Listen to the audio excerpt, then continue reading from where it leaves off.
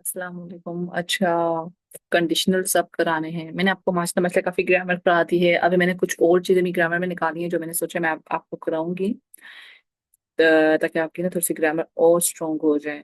अब एक बात, अगर आप कोई बच्चा नहीं कर रहा है ना, अब वो मेरी गलती नहीं है, क्योंकि मैं बहुत डिटेल में एक एक चीज स्लाइड्स पे करा रही हूँ। ठीक है, आप लोगों को पीडीएफ भी मिल जाएंगी एक दफा अगर आप लोग सारा देख लो। ओके, शायद आज ही है मैं आप लोगों को ना पीडीएफ सेंड कर दूं।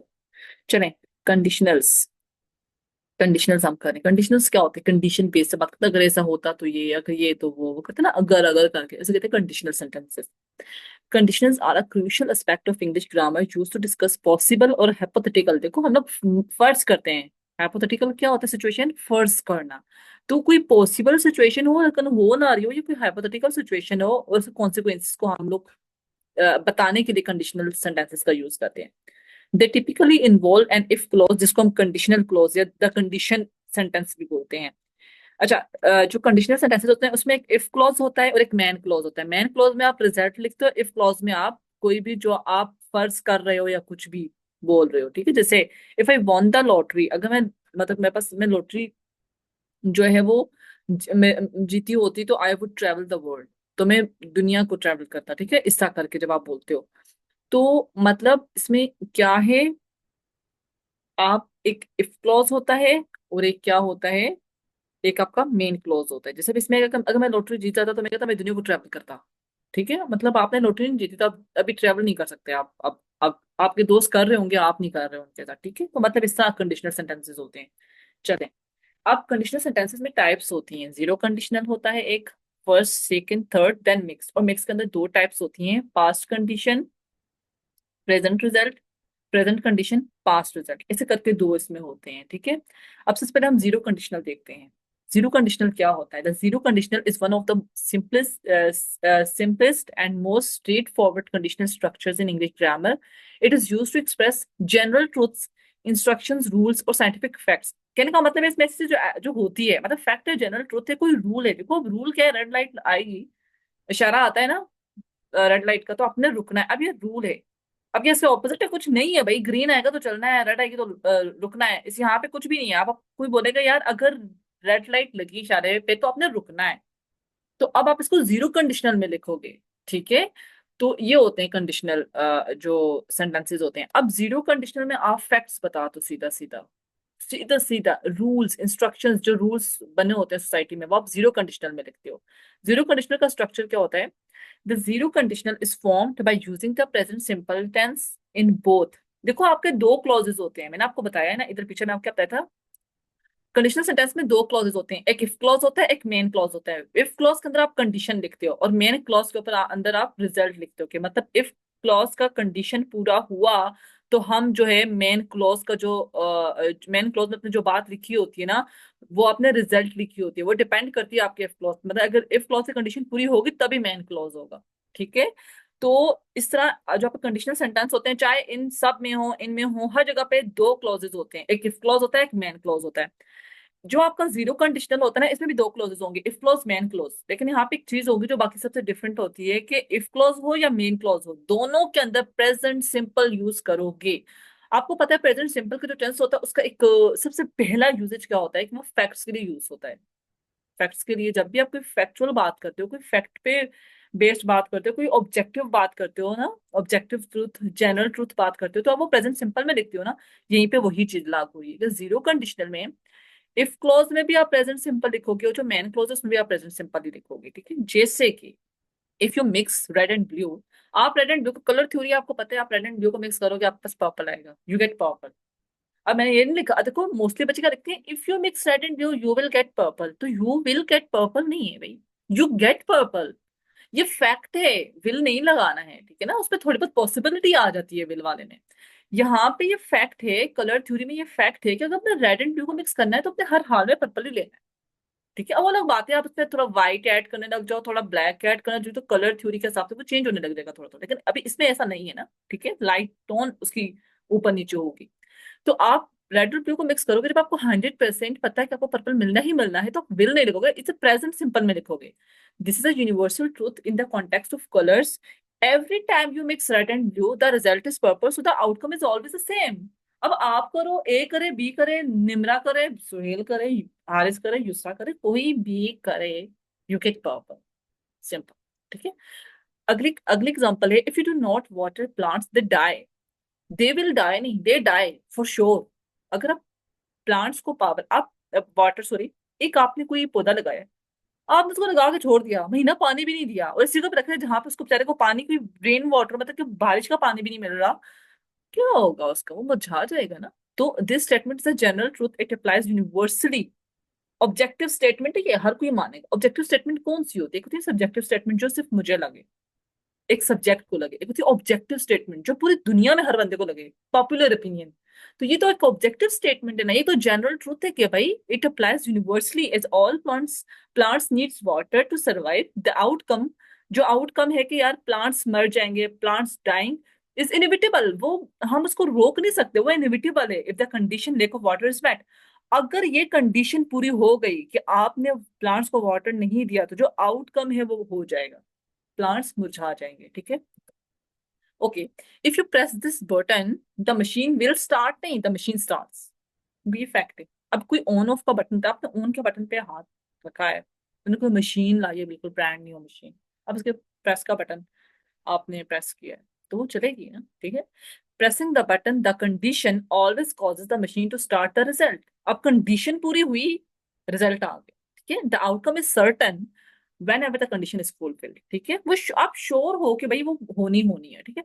If you drop something it falls to the ground, तो ये एक जनरल ट्रुथ है। ग्रेविटी हर चीज को अट्रैक्ट करती है और खींचती है। हम आज जमीन पे खड़े हैं ग्रेविटी की वजह से, ये ग्रेविटी हटे ना तो भाई एटमोस्फेयर में लहराने लग जाएंगे हम सारे कपड़ों की तरह। ठीक है। तो अब कुछ भी चीज गिराओगे, कंडीशन है कि आपने चीज गिरानी है तो रिजल्ट आएगा ही आएगा, वो ग्राउंड की तरफ जाएगी ही जाएगी। Gravity ensures that anything you drop will fall, making this a universal truth. ठीक है। ओके, अगली और एग्जांपल्स मैंने इसमें डाली कि if you put ice in the sun it melts, it will melt नहीं, इट मेल्ट्स। क्यों? सीधी सी बात है, फैक्ट है कि वो मेल्ट हो गई होगी सनलाइट की वजह से, गर्मी की वजह से। ठीक है। आप बंदा पिघल रहा है तो वो तो पिघलेगी ही पिघलेगी भाई, आइसक्रीम है ना। ठीक है। आप उसको सनलाइट में नहीं रखोगे, वैसे ही आप नॉर्मल घर का टेम्परेचर पे रखोगे, रूम टेम्परेचर पे रखोगे, वो तब भी पिघल जाएगी। तो आप तो बाहर ये रखने की बात है। ठीक है। Ice melts when exposed to sunlight due to heat, making this a predictable outcome. ये प्रिडिक्टेबल है, आप इसको बता सकते हो, ये नहीं कि ये अनप्रिडिक्टेबल, ये प्रिडिक्टेबल है, बता सकते हो मेल्ट हो गई होगा। ठीक है। If you mix baking soda with vinegar it fizzes. Fizzes मतलब कि आपने कभी ये केमिकल रिएक्शन होता है जिसमें बुलबुले आना और वो जैसे ठा ठा होना ना, उससे कहते हैं। The chemical reaction between baking soda and vinegar always produces fizzing, making it a constant result. ये हमेशा यही रिजल्ट लगेगा, जब भी आपने बेकिंग सोडा और सिरके को मिक्स किया है तो ये सा रिजल्ट आएगा ही आएगा। ठीक है ना। Okay.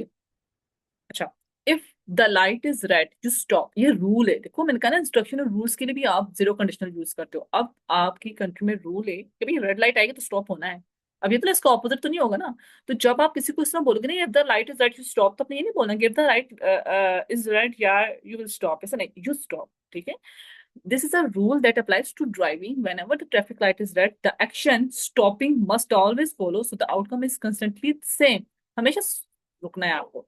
If you do not pay your bills, you get a late fee। तो हर हाल में होता है कि आप बिल पे बिल पे नहीं करोगे तो आपको फी लगेगी लगेगी। The rule here is that failure to pay bills results in a penalty which is a constant outcome। ठीक है। जीरो कंडीशन समझ आ गया?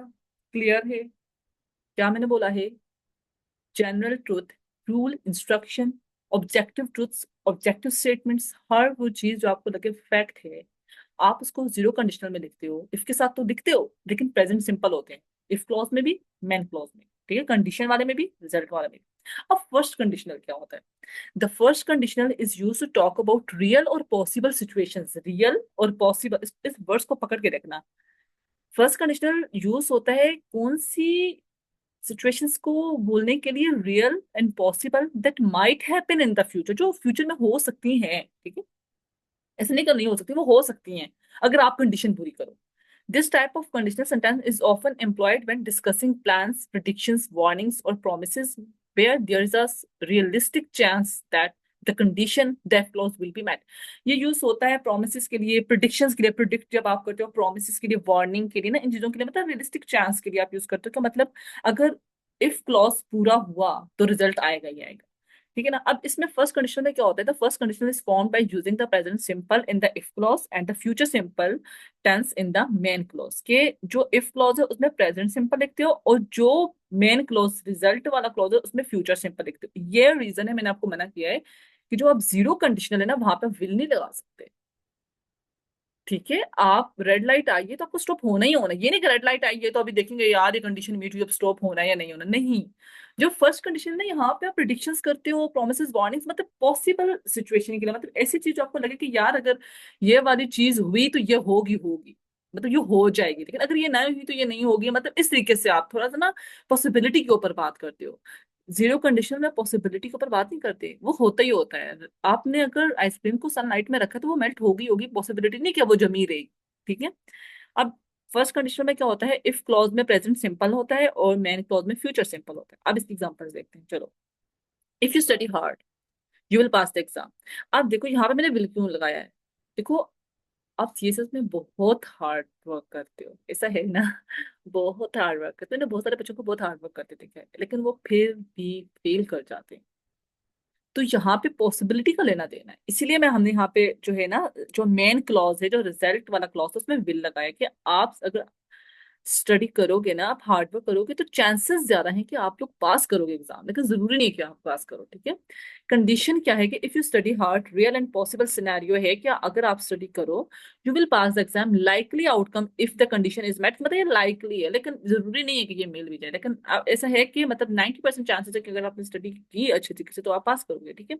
If they leave now they will catch the train, अगर वो अभी निकल जाए तो वो ट्रेन को पकड़ लेंगे, लेकिन बहुत सारे बार ऐसा होता है कि आप टाइम से पहले भी निकलते हो लेकिन आप अपना बस अपनी फ्लाइट नहीं पकड़ पाते हो। तो मतलब उसने ये कंडीशन रखी कि यार if they leave now, possible action है ना कि भाई आप अगर अभी जाओ, they will catch the train, result depending on the condition. ये जो रिजल्ट है ये आपके एक्शन पर डिपेंड करता है। अगर आप अभी निकलोगे तो आप कैच कर लोगे, अगर आप लेट निकलोगे आप कैच नहीं करोगे। और ये भी हो सकता है कि आप अगर अभी निकल जाओ, हो सकता है आप फिर भी ना करो, लेकिन हम ये कह रहे हैं क्योंकि कुछ भी हो सकता है, ट्रैफिक जाम जाम हो सकती है क्या, कहीं एक्सीडेंट हो सकता है, कुछ भी हो सकता है, लेकिन अभी हम ये कह रहे हैं कि अगर आप निकलो तो अब पॉसिबल जो आउटकम है यही है कि आप पकड़ लोगे ट्रेन। ठीक है।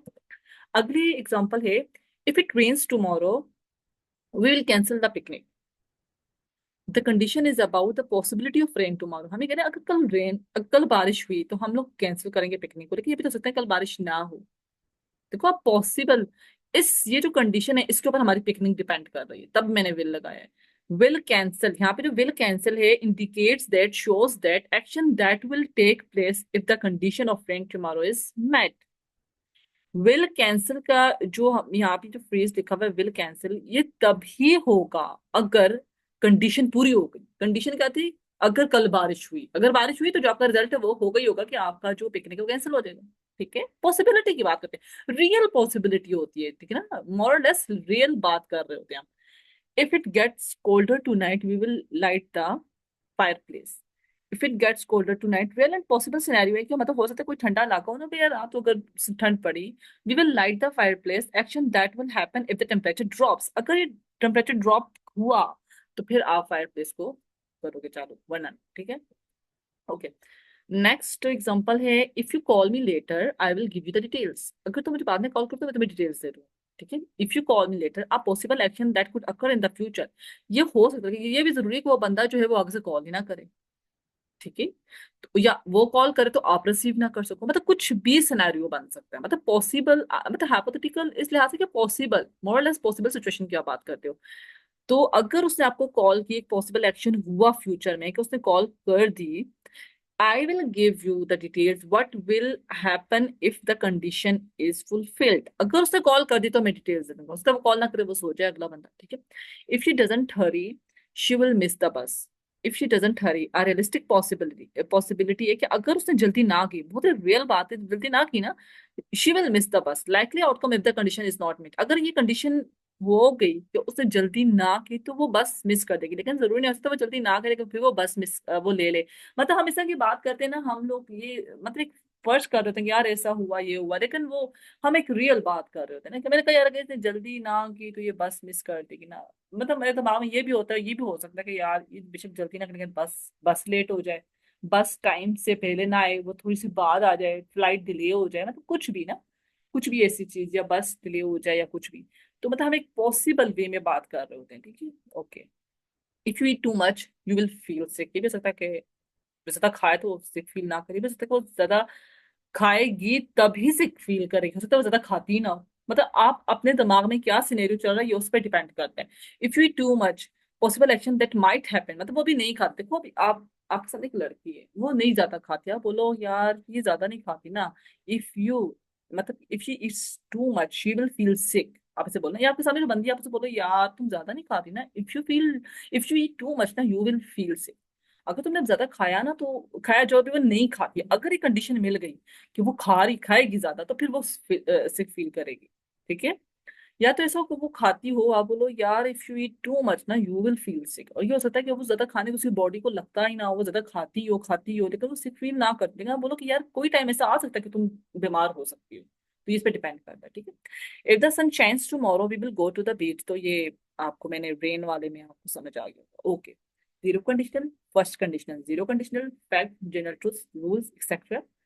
इफ क्लॉज में प्रेजेंट सिंपल, मेन क्लॉज में भी present simple. Than zero first conditional में हम ऐसे बात करते हैं जो पॉसिबिलिटी पे बेस करती है, ठीक है।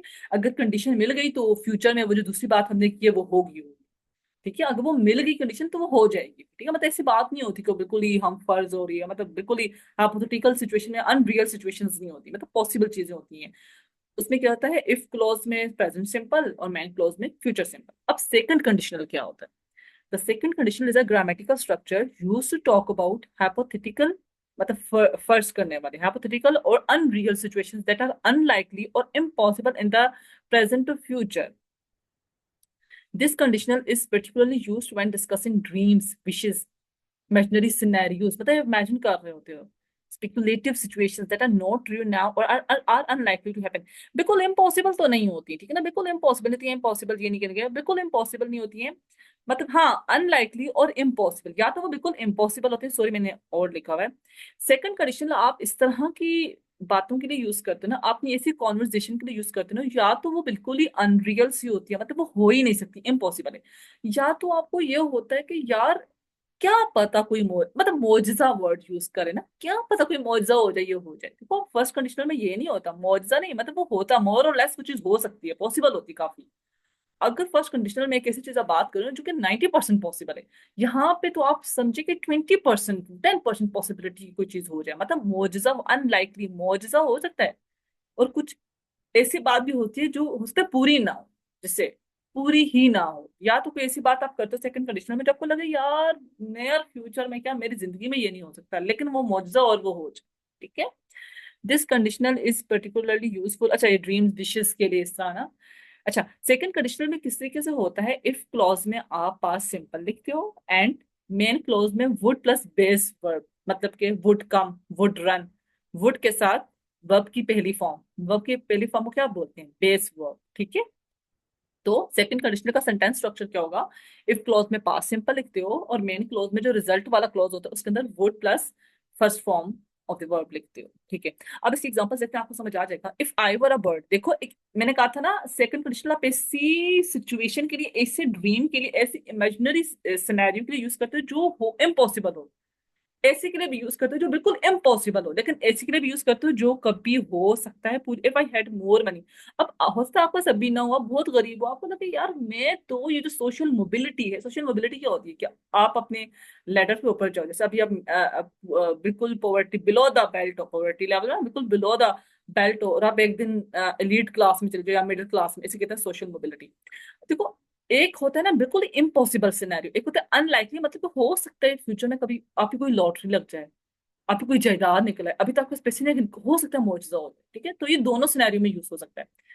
अच्छा if I were a bird I would fly across the ocean, अब आपने कहा यार अगर मैं परिंदा होती ना भाई, मैं तो पूरे समंदर का ओशियन का सैर करके आ जाती, लेकिन अब यहाँ पे ये एक ड्रीम है, ये एक इमेजिनरी सिनेरियो है जो कभी पूरा नहीं हो सकता, बर्ड तो नहीं बन सकता ना कभी। Here being a bird is an imaginary situation because the speaker is not a bird, so the second conditional is used to discuss the hypothetical outcome flying across the ocean. तो जो ये जो सेकंड क्लॉज आपका दिखा हुआ है ना, ये जो आपका सेकंड क्लॉज है जो रिजल्ट वाला है, ये डिपेंड कर रहा था इस पे, लेकिन ये बिल्कुल इमेजिनरी है, मतलब इम्पॉसिबल है, तो मतलब ये पूरी लाइन इम्पॉसिबल है, ठीक है ना, इम्पॉसिबल। उसके लिए आप लिखते हो, then if I had more money I would buy a big house, the speaker wishes that they had more money, they but they don't, उसके पास अभी नहीं है। The second conditional helps them express his desire in a hypothetical way. तो जो जो second conditional है, ये उसके डिजायर को लोगों को बताने के लिए, वो अपने डिजायर को बताना चाह रहे हैं, इंग्लिश में कम्युनिकेट कर, तो वो इस तरीके से बताएगा। लेकिन ये भी तो हो सकता है ना, ये पॉसिबल है कहीं ना कहीं। 5%, 10%, मतलब कितना गरीब हो, अमीरी के चांसेस ना उसके हाथ में होते हैं, वो अपना अपनी सोशल मोबिलिटी में ऊपर जा सकता है, अपनी मेहनत से ना कुछ करके तो जा सकता है। तो ऐसी सिचुएशन जो बिल्कुल इम्पॉसिबल हो, आप उसके लिए भी पास, सॉरी, सेकंड कंडीशनल यूज करते हो अपनी विशेस, अपने ड्रीम्स के लिए, इमेजिनरी सिचुएशंस के लिए, इमेजिनरी सिनेरियोज के लिए, या तो ऐसे जो आप वाकई में इमेजिन करो, लेकिन वो कहीं ना कहीं फ्यूचर में या आपकी जिंदगी में पूरा होने की चांसेस कहीं ना कहीं लगता है, आप उस सिचुएशन के लिए भी यूज कर सकते हो, ठीक है। Then if I were invisible, I would sneak into a movie for free. Being invisible is an imaginary situation, so the second conditional is used to discuss the hypothetical outcome of sneaking into a movie. लेकिन आप नहीं कर सकते क्योंकि आप invisible नहीं हो सकते। ये अलादीन का चिराग तो है नहीं, ठीक है। If she had super powers she would save the world, अगर उसके सुपर पावर्स होती तो वो दुनिया को बचा देती। Having superpowers is an imaginary situation, so the second condition is used to discuss the hypothetical outcome of traveling the world. तो ये इसे फर्स्ट किया आउटकम ये हो नहीं सकता कभी। Then if I were you I would take that job, लेकिन आई एम नॉट यू, सीधी सी बात है। मैं, जो हर बंदे की अपनी आइडेंटिटी है, सब्जेक्टिविटी होती है, इंडिविजुअलिटी होती है। अब उसने बात है, अगर मैं तुम्हारी जगह होती तो मैं ये जॉब लेती, लेकिन उसकी जगह है तो ना कभी जा सकती है, ठीक है। वर, यहाँ पे आई वर यू, ये जो वर है ना, is use to indicate a hypothetical situation that is not you, क्यों, क्योंकि आई एम नॉट यू, ठीक है।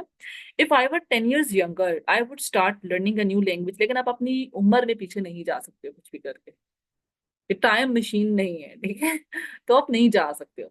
Being 10 years younger is an imaginary situation, so the second conditional is used to discuss the hypothetical outcome of starting to learn a new language. आप अपने इस साल से तो शुरू कर सकते हो, लेकिन आप पीछे नहीं जा सकते वापस, ठीक है। ओके, देन अब आ गया थर्ड कंडीशनल। थर्ड कंडीशनल आप समझना, इसको तो मिक्स कंडीशनल करेंगे, देन फिर ये खत्म हो जाएगा। प्रैक्टिस शीट में ना आपने लगाई हुई है, तो आपको प्रैक्टिस करोगे, ठीक है, सारे मिलकर। और मुझे प्लीज आप सबने युसरा, फायजा, हारिस वगैरह सारे जितने जितने नाम ने नहीं दिए, रुबाब सारे, आप लोग प्लीज प्रैक्टिस करके मुझे बताएं कि आप लोगों को समझ आ रही नहीं आ रही। मुझे पता है आपके फेब में पेपर है, लेकिन फिर भी करें लाजमी। फर्स्ट जीरो कंडीशनल मैंने आपको बताया क्या है, मैं आपको एक दफा रिवाइज करा देती हूँ। जीरो कंडीशनल फैक्ट्स के लिए, रूल्स के लिए, जनरल ट्रूथ्स वगैरह के लिए, ठीक है। जो चीज ऑब्जेक्टिव है, ऑब्जेक्टिव स्टेटमेंट जो सब मानते हैं, आप डिनाई नहीं कर सकते, ठीक है, उसमें आप क्या करते हो। इफ क्लॉज में आप प्रेजेंट सिंपल रखते हो, मैन क्लॉज में जो आउटकम का वाला क्लॉज होता है, रिजल्ट वाला, तो उसमें प्रेजेंट सिंपल रखते हो। देन आपका आता है फर्स्ट कंडीशनल। फर्स्ट कंडीशनल में आप इस तरह की बात करते हो कि यार ये हुआ तो ये हो सकता है, पक्का पक्का हो सकता है, अगर ये हुआ, ठीक है ना, और हो सकता है ये ना हो तो ये ना भी हो, मतलब अगर अगर पे चलते रहते हो फिर। अगर तुम पढ़ लो यार तुम पास कर दोगे, अगर आप पढ़ भी रखो वो फिर भी पास ना करे, आप फर्स्ट कंडीशनल लगाओ। इफ क्लॉज में present simple, then main clause में future simple, main clause result clause को बोलते हैं। देन आपका आ गया फर्स्ट के बाद सेकंड क्लॉज। सेकंड क्लॉज में ना आप अपनी ड्रीम्स, विशेस, इस तरह की अपनी फैंटेसीज को बताते हो, बिल्कुल सबसे ज्यादा यूज होगा। ये पाकिस्तान में तो हम ड्रीम्स ही देख सकते हैं, कुछ पूरा नहीं होता ना। तो सेकंड कंडीशनल पाकिस्तान के लिहाज से सबसे ज्यादा यूज होता है, और थर्ड कंडीशनल भी होगा। तो सेकंड कंडीशनल में आप क्या करते हो, आप ड्रीम्स, विशेस, इस तरह की चीज जो बिल्कुल इम्पॉसिबल हो यार, आप उस टाइम बात करो यार ये इम्पॉसिबल हो ही नहीं सकता, या इस तरह की चीज जो आप बोलो यार आपके लिहाज से इम्पॉसिबल हो लेकिन अल्लाह मुआवजा कर रहे, इस तरह की चीजों के लिए आप सेकंड कंडीशनल यूज करते हो, ठीक है। तो सेकंड कंडीशनल का क्या स्ट्रक्चर होता है, इफ क्लोज में आप क्या लिखते हो, पास सिंपल था ना, और मेन क्लोज में वुड के साथ first form of the verb. अब थर्ड कंडीशनल क्या है, third conditional is a grammatical structure used to talk about hypothetical situations in the past. देखो जब आप सेकंड कंडीशनल में आप प्रेजेंट और फ्यूचर की बात कर रहे होते हो, आप present, if I were a boy तो I would take this job. अभी वो जॉब कोई आई होगी, अनाउंस हुई होगी, आप बोलोगे यार if I were a boy I would take this job, क्योंकि आप गर्ल हो, आप नहीं कर सकती ना। तो आप प्रेजेंट को देख के बात कर रहे हो। लेकिन जो थर्ड कंडीशन है ना, ये पास्ट के सिनेरियो में बात होता है, एक ऐसे हाइपोथेटिकल सिचुएशन जो आप पास्ट में सोच रहे होते हो, पास्ट के लिहाज से सोचते हो, events that did not happen and what the result would have been if they had. आपको यार अगर इफ कंडीशन मेरी मिलती ना पास्ट में, तो पास्ट में ये रिजल्ट आता मेरा, ठीक है। This conditional is often employed to express regret or to speculate about how things might have turned out differently if a past event had occurred. Past event है देखा, मतलब पास्ट में जो इफ क्लॉज है अगर वो हो जाता तो पास्ट में जो रिजल्ट है ना वो भी पूरा हो जाता। तो अब पास्ट के लिहाज से बात करोगे, इसका क्या स्ट्रक्चर है? इफ में प्लस पास्ट परफेक्ट होता है, और जो मेन क्लॉज होता है उसमें would have plus past participle third form of the verb. Participle वही ना, third form of the verb आप लगाते हो। तो ये इसका स्ट्रक्चर होता है। अब इसको देखो, एग्जांपल्स में देखते हैं। If I had studied harder, अगर हमने, अच्छा अगर मैंने अच्छे तरीके से हार्ड वर्क किया होता, आई would have pass the exam. क्यों? क्योंकि आपका महीने पहले, आपका एक दिन पहले आपका रिजल्ट आया है, और आप बोलो यार ये आपका रिजल्ट अभी आया, आपके हाथ में आपने पकड़ा हुआ है, या आप बोलते यार अगर मैंने पढ़ा होता ना मैं पास कर जाती इसको। ठीक है? या आप अपने अपने कोई पुराने रिजल्ट आपने निकाले हैं और आपने बोला यार ये मैंने मैट्रिक में कितने कम नंबर लिए थे, if I had studied harder I would have pass the exam अच्छे नंबरों से ना। या आपने फेल कर दिया और आप सप्ली आई हो तो आपको, या मैं एक ही गो में इसको पास करती। तो पास्ट के लिहाज से जो आप इमेजिनरी हाइपोथेटिकल सिचुएशन की बात करोगे, जो कभी भी ऑब्वियसली जो पास्ट में पूरी नहीं, अब तो पूरी हो ही नहीं सकती ना, मतलब वो बिल्कुल मुर्दा हो चुकी है वो विश, वो बात। तो वो पास्ट में आप अगर कोई काम करते, इफ कंडीशन जो इफ क्लॉज है वो पूरा होता तो रिजल्ट भी आ जाता पास्ट में। देखो, this is the hypothetical result of the condition. The speaker did not pass the exam but they are speculating. वो ये सोच रहा होता है कि यार that they would have pass if they had studied harder, यार हम ये पास कर लेती ना अगर मैं पढ़ती अच्छे तरीके से। If I had apologise sooner we wouldn't have, we would not have had the argument. इसमें लिखा है कि यार अगर मैं पहले माफी मांग लेती ना तो हम लोगों के इतना आर्गुमेंट ना होता, और वो आर्गुमेंट ना होता तो हमारी डाइवोर्स में। मतलब ये पास्ट के लिहाज से this sentence expresses regret, that regret show किया उसने, पछतावा शो किया, दैट यार that the speaker didn't apologise sooner implying that the argument might have been avoided. यार अगर हम लोगों ने, मैंने माफी मांग ली होती ना तो यार हम आर्गुमेंट को इग्नोर कर सकते, तो आज हम एक शादीशुदा जोड़े की सूरत में सामने होते। लेकिन क्योंकि मैंने अपोलोजाइज नहीं किया है, और आज से जो 3-4 साल पहले हमारी एक लड़ाई हुई थी, आर्गुमेंट हुआ था, अगर मैं उससे माफी मांग देती ना तो हमारा रिश्ता खत्म ना होता। तो इस तरीके से करके आप पास की बात करते हो। Then if she had taken the earlier train she would have arrived on time.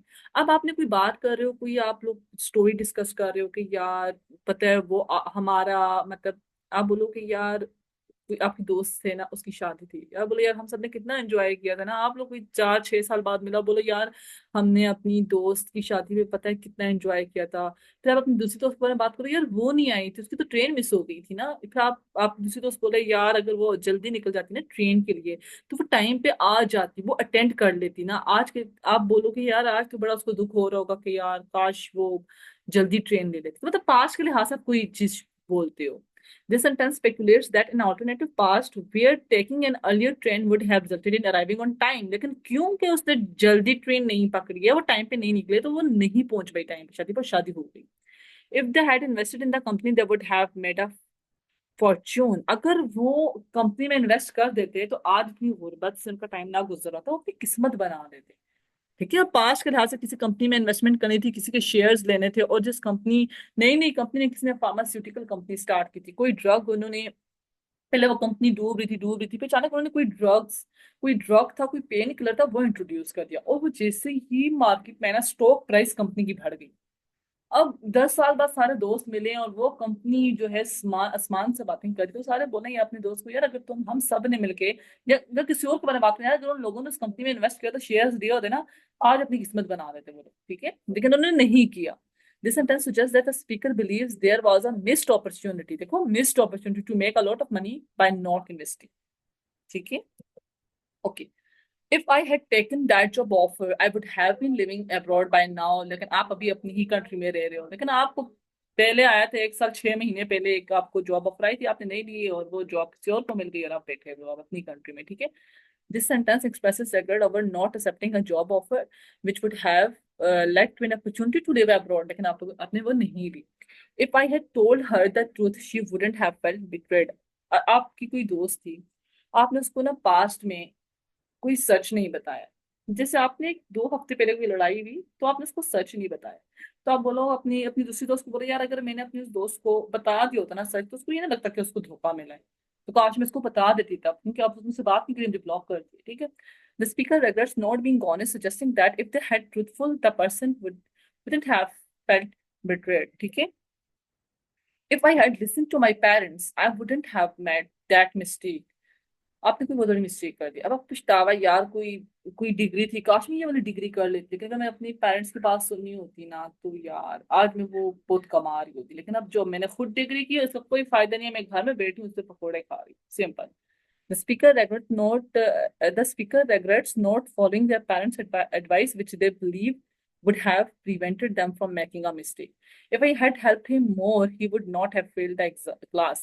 कोई बच्चा वो सीएसएस के पेपर्स दे रहा था, उसके दोस्त ने उसकी हेल्प नहीं की और वो फेल हो गया, हालांकि उसमें पोटेंशियल था। तो बाद में उसका दोस्त बोले यार काश मैंने उसकी हेल्प की होती ना तो उसका वो फेल ना होता एग्जाम आज। The speaker regrets not offering more help, which might have prevented the other person from failing. ठीक है, ओके।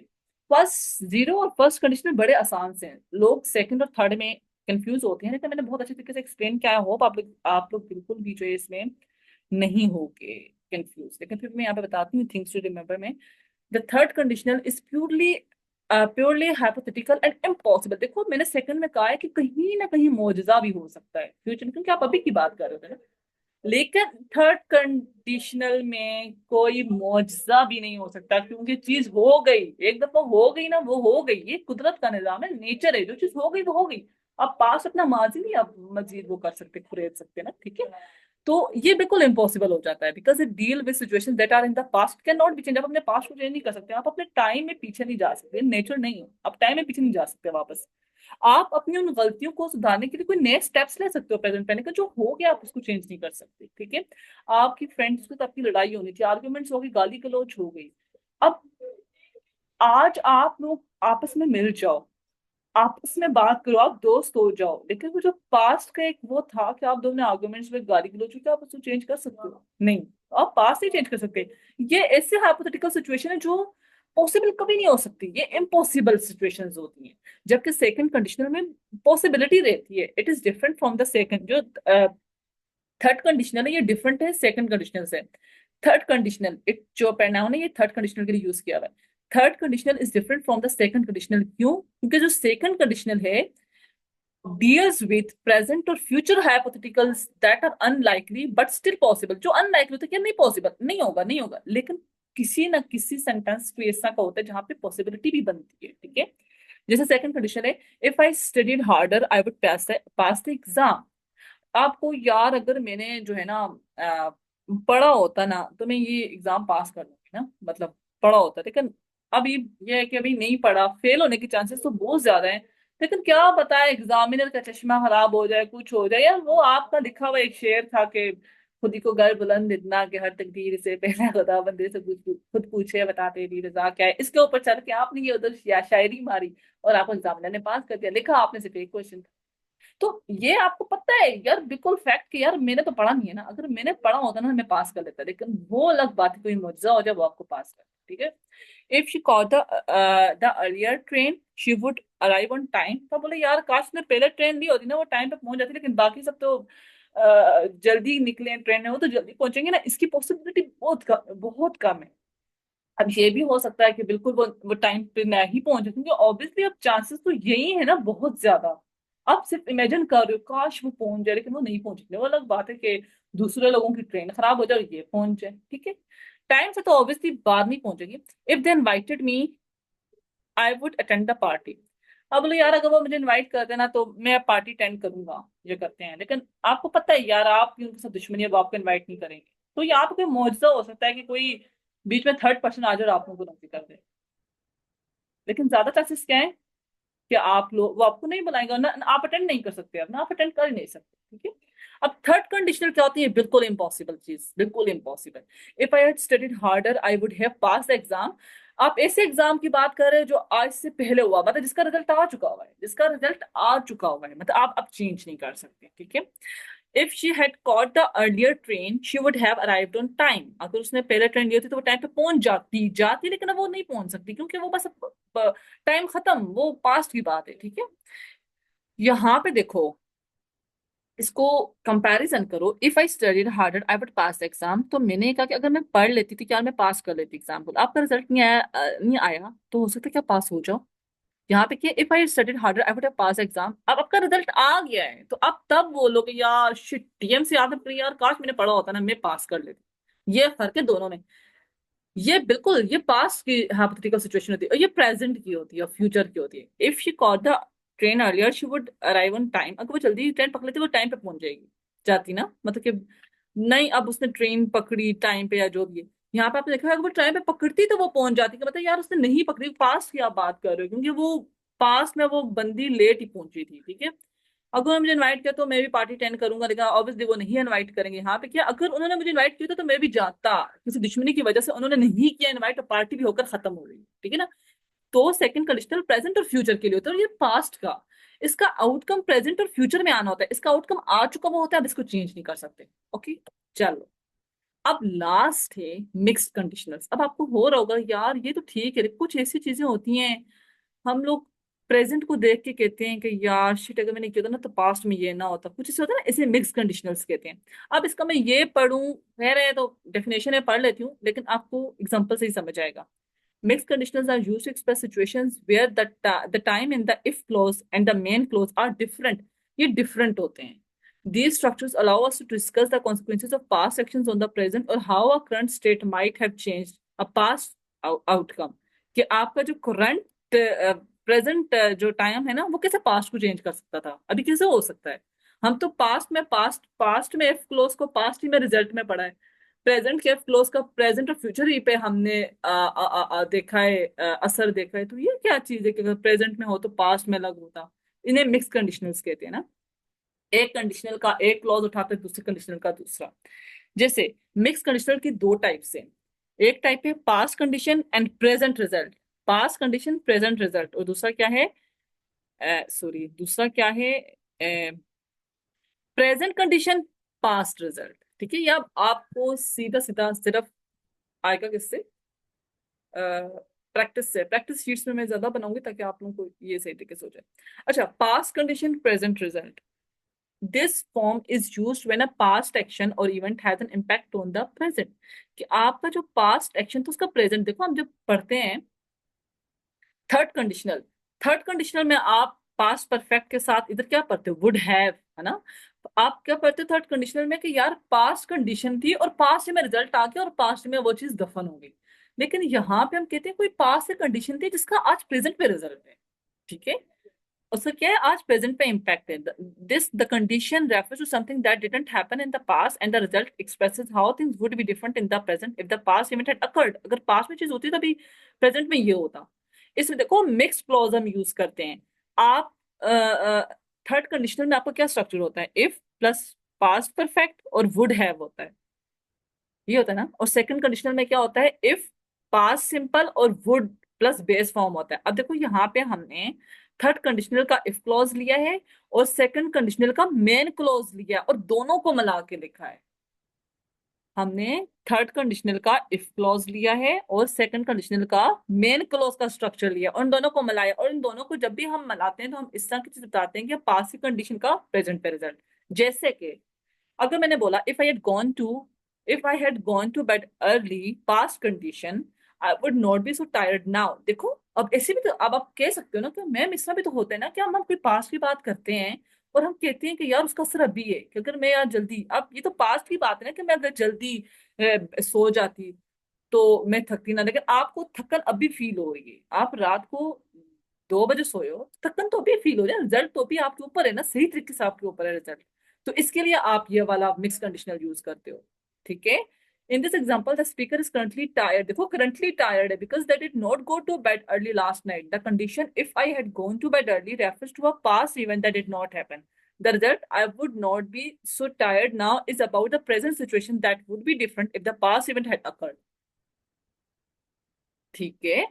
तो जब आप पास्ट की कोई चीज कोई कंडीशन हो, क्या पास्ट में कोई कंडीशन हो और उसका आप बोलो कि यार कोई पास्ट में कोई कंडीशन थी अगर वो पूरी हो जाती तो प्रेजेंट में मेरा ये हाल ना होता, ठीक है। तो आपके ऊपर उसका असर होगा, नजर आ रहा होगा, ठीक है। जैसे if I had taken the job offer in London, I would be living in the UK now. आप बोलो कि यार the speaker didn't accept the job offer in London, जो कि पास्ट कंडीशन है, so they are not living in the UK now, present result. The sentence expresses how a different decision in the past would have led to a different current situation. ठीक है, तो इसे हम कहते हैं mixed conditional. Then और examples हैं, if we had left the house earlier we would be late at the airport by now. It would be at the sorry airport by now. They didn't leave the house early enough. Past condition, so they are not at the airport now. वो भी airport पे नहीं है क्योंकि उन्होंने जल्दी निकले ही नहीं घर से. The sentence illustrates how the timing of their departure in the past affects their current location. यहाँ पे आप वो भी नहीं करते कि यार, जैसे आप सेकंड कंडीशनल में क्या होता है, सेकंड कंडीशनल में हम ड्रीम्स की बात करते हैं, हम बात करते हैं अपनी इमेजिनरी सिचुएशंस की बात करते हैं ना, इस तरह कहते हैं यार अगर मैंने ये किया होता तो ये हो जाता, यार अगर ये किया होता ये हो जाता ना. यहाँ पे ये नहीं, यहाँ पे होता है कि यार आपकी पास में कंडीशन की वजह से आपके ऊपर ये रिजल्ट है, उस कंडीशन की वजह से है रिजल्ट है, आपके सामने रिजल्ट है. वो इमेजिन नहीं कर रहे आप यार, if I were a boy I would take this job, if I had money I would buy this bungalow. तो आप इमेजिन नहीं कर रहे, ये वाकई में है कि आपकी पास की कंडीशन की वजह से आपका रिजल्ट है आपके उसमें. ठीक है. If I had studied for the exam I would feel more confident now.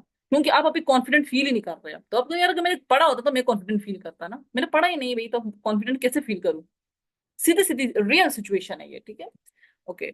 अब है मिक्स्ड हाइपो कंडीशनल में जो दूसरा है प्रेजेंट कंडीशन का पास्ट रिजल्ट. उसमें अभी क्या था कि पास्ट कंडीशन नहीं पूरी हुई तब प्रेजेंट में आप ऐसे हो, पास्ट कंडीशन में नहीं सोए तब थके वो, पास्ट कंडीशन में नहीं जॉब ऑफर ली तब आप नहीं रह रहे हो यूके में ना. तो यहाँ पे क्या होता है, यहाँ पे प्रेजेंट कंडीशन होगी, पास्ट रिजल्ट होगा. This form is used when a present state or situation would have change the outcome of a past event. जो आपकी प्रेजेंट कंडीशन है अगर वो ना होती संख्या तो आपका पास्ट रिजल्ट अलग होता. यहाँ पे क्या होता है, if past simple would have. देखो इन दोनों में एक बात याद रखना, आपका जो आपका जो पास्ट का कंडीशन है और प्रेजेंट रिजल्ट में, और आपके प्रेजेंट कंडीशन पास्ट रिजल्ट में, दोनों में ना सेकंड कंडीशनल और थर्ड कंडीशनल के हम स्ट्रक्चर को मिक्स करते हैं. दोनों में हम क्या करते हैं, सेकंड कंडीशनल और जो थर्ड कंडीशनल होते हैं उनके स्ट्रक्चर्स को मिक्स करते हैं. अभी ये मैं आके आपको बताती भी. ठीक है. यहाँ पे आप क्या करते हो, जो सेकंड कंडीशनल है उसका इफ क्लॉज लेते हो और जो थर्ड कंडीशनल है उसका मेन क्लॉज लिया आपने. ठीक है. अब इसमें क्या है कि if I were more careful present condition I wouldn't have made the mistake past result. आप अभी भी केयरफुल हो. मैं बोलो यार आप अभी भी इतनी केयरलेस रहते हो, आप बोलो कि यार अगर मैं केयरफुल रहती ना, लेकिन मैं इतनी केयरफुल नहीं हूँ यार, मैं ऐसी ही हूँ, अगर मैं केयरफुल रहती ना तो मैं पहले ये गलती ना करती, और आज भी आप केयरफुल नहीं. ठीक है. In this example the speaker made a mistake in the past because they were not careful enough. The condition if I were more careful refer to the present situation, the speaker is still not careful. The result I wouldn't have made that mistake is about the past outcome that would have been different if the current situation was at the time. ठीक है. being more careful, अगर वो, देखो आज वो careful नहीं है. ठीक है. अगर वो केयरफुल होती तो पास्ट में वो गलती ना करती. ठीक है. If I were more organise I wouldn't have miss the deadline. लेकिन हम ऑर्गेनाइज नहीं है भाई. The condition if I were more organise refer to the current situation while the result I wouldn't have missed the deadline describe how the past event would have been different if the present condition were true. अगर ये condition true होती तो past में ये चीज ना होती. आप प्रेजेंट में बात करो यार, अगर मैं ऑर्गेनाइज होती ना तो यार मैं डेडलाइन मिस ना करती, लेकिन अभी भी इससे ही. ठीक है. चलो. If she were more experience she would have handled the crisis better. आप बोले यार अगर वो ज्यादा एक्सपीरियंस होती ना, उसके बाद ज्यादा एक्सपीरियंस ना, उसके जॉब अच्छी ना, आप बोले यार ज्यादा एक्सपीरियंस होती ना ये, तो ये क्राइसिस को हैंडल कर लेती. The speaker suggest that because she is not experienced enough now present condition. ठीक है ना, she didn't handle a crisis past crisis well past result. Okay, the sentence connects her current lack of experience to a past outcome that could have been different. If he were more confident, he would have applied for the promotion. अगर वो ज्यादा confident होती तो वो क्या करती, लेकिन वो अभी भी वो होता, वो अभी भी कॉन्फिडेंट नहीं है, तो वो जो पास में जो प्रमोशन होगी ना किसी और की, वो उसके लिए अप्लाई करता. ठीक है. ओके. तो आप लोगों को समझ आ गई. चलें अभी इसका अगला था, हाँ ये कि किस तरीके से जो मिक्स कंडीशनल्स हैं दोनों, कि एक में प्रेजेंट कंडीशन का, मेरी आज भी प्रेजेंट कंडीशन ऐसी ना, इसी मैंने मेरी नाअहली की वजह से मेरा पास्ट में भी यही रिजल्ट आया. और मेरे की पास की कंडीशन है ना यार, मैंने पास्ट में काम किया ना, देखो अभी मेरे सामने मतलब सामने रिजल्ट हो भाई, ये मेरे ऊपर ये असर हो रहा है इसका. ठीक है. तो मिक्स कंडीशनल्स किस तरीके से इनसे बनते हैं, देखो सेकंड कंडीशन क्या होता है, इफ क्लॉज में पास्ट सिंपल होता है और वुड प्लस बेस की और वर्ब की फर्स्ट फॉर्म होती है, और थर्ड कंडीशनल में पास्ट परफेक्ट होता है इफ क्लॉज में, और would have plus past participle होता है.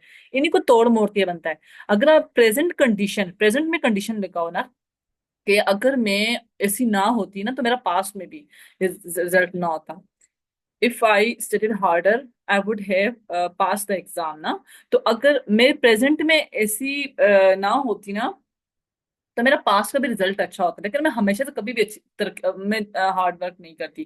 देखो उसमें जो प्रेजेंट कंडीशन पास्ट रिजल्ट वाले में देखो इन दोनों को ही तोड़ कर लिखा हुआ है, आप इसका क्रॉस सेक्शन करो।